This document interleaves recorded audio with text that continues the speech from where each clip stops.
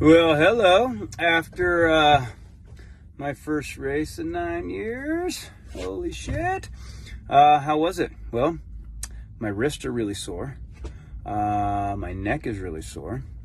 My body's not too bad, but I'm very, very, very depleted with energy, and it's like I'm kind of almost in this fog today from doing 8 motos in 2 days plus 2 practices. Oh, and also I rode Friday also. So 3 times in a row, 8 motos.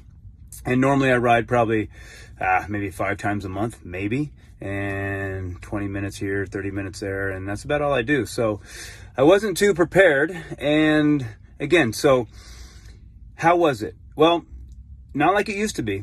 It felt like I was going fast. In these eyes, man, I was going fast. But when I watched it on video, I'm like, ooh, that's not so fast. So it's you definitely see the speed go down. You definitely see like the intensity go down a little bit. You think it won't because you don't really feel yourself getting older slower. But then when you race against younger guys or you see yourself on TV, on video, it's like, yeah, I guess I'm getting older. So it's kind of funny that how things work. The approach to it, the focus of it, the consistency of it, I didn't miss a beat.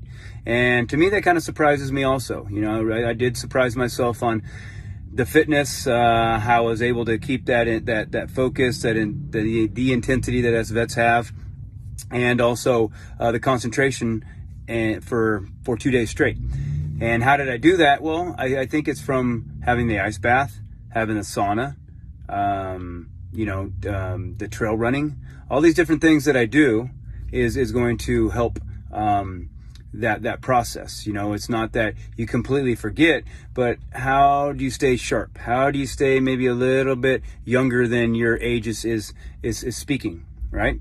And that is by your lifestyle, and that's your detox, your recovery, your food, your sleep, your training. I don't train to drain. Running in the trails keeps me very, very, very athletic, keeps me like a specimen because we are a human specimen, and, not just allowing myself to get slower and older.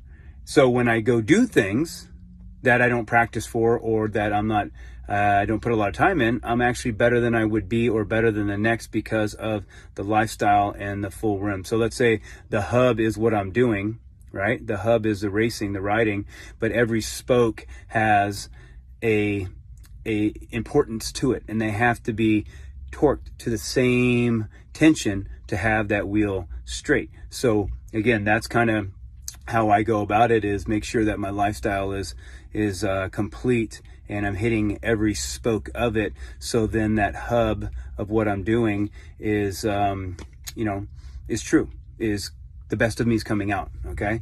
So again, kind of rambling on a little bit, but I just want to let you guys know what racing at 9 years, after 9 years and 48 years old is like. And it was fun. It was definitely fun to kind of feel that feeling again, feel that focus again, feel that kind of that rush again, and also feel the athlete come out in me where everything kind of disappears except what you're doing. It's a very, very addictive feeling. That is by once you get to this point of focus, okay, I'm going to do this, like the whole world disappears for me. And it's me. I allow myself to rest. Everything that in my mind, my food, all these things start to come into play. Okay, this is going to affect this, is going to affect that. When there's not that, then okay, I'll eat this a little bit, or stay up till this time a little bit. You know what I mean? You're not really as disciplined. And so right when my mind said, okay, you know what, I'll qualify, boom, discipline sat in, and I was like, oh wow, I remember that feeling. And that's a very addictive feeling for me, is having that absolute ninja focus on something. And that's kind of what we all miss, I think, when we get older as men, is we lose that intensity, that laser like focus on some goal or some idea. And for me, it's not a goal. It was not a goal to do anything. It's just something I did because I love to do it, and am I excited to do it again? Not so much. Maybe the time Mammoth comes around, I'll get some more motivation, but definitely not going to go training or riding anymore or anything like that. So we'll see. It's kind of just for me to kind of prove to myself what I'm doing is correct.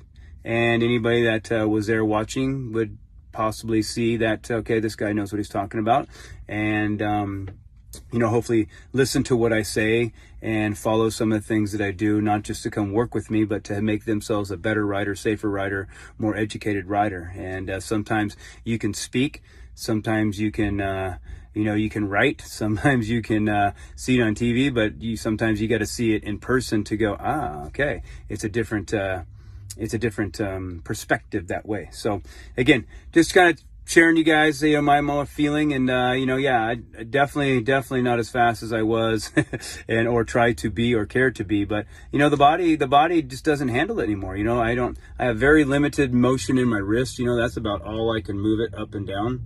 I don't have an ACL. My right lat doesn't work.